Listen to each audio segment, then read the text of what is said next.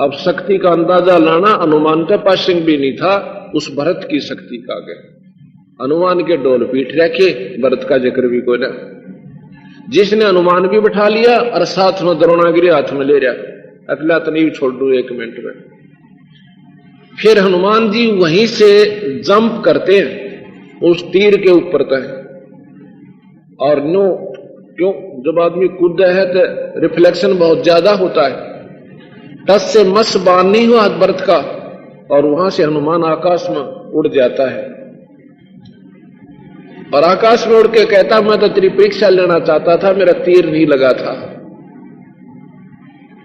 भाई तो जिसा भगवान राम तने बताओ थे ना, उसा पाया भरत, धन है तेरी मान है, न्यो कह का हनुमान चल पड़ता है।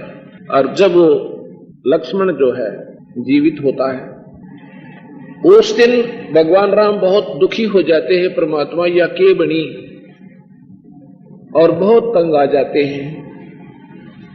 याद करते हैं परम शक्ति को। जब ये अपने हथियार फेल हो जाना, जब भगवान याद आता है इस जीव ने, तो रामचंद्र भी जीव संज्ञा में थे, अब भी हैं, तब उसने उस परम शक्ति को याद किया था, ये मालिक इस राक्षस से क्यों पीछा छुटवाओ मेरा। जब वो परम शक्ति स्वयं कबीर भगवान वो सत्पुरुष आए थे, और जब उस रावण का वध किया था राम रूप बना के, रामचंद्र को अंतर्ध्यान कर दिया, राम रूप बना के अगले दिन युद्ध किया, जब उसकी सुंडी में तीर मारा। हालांकि विवेचन ने बता रखा था कि इसकी नाभि में अमृत है।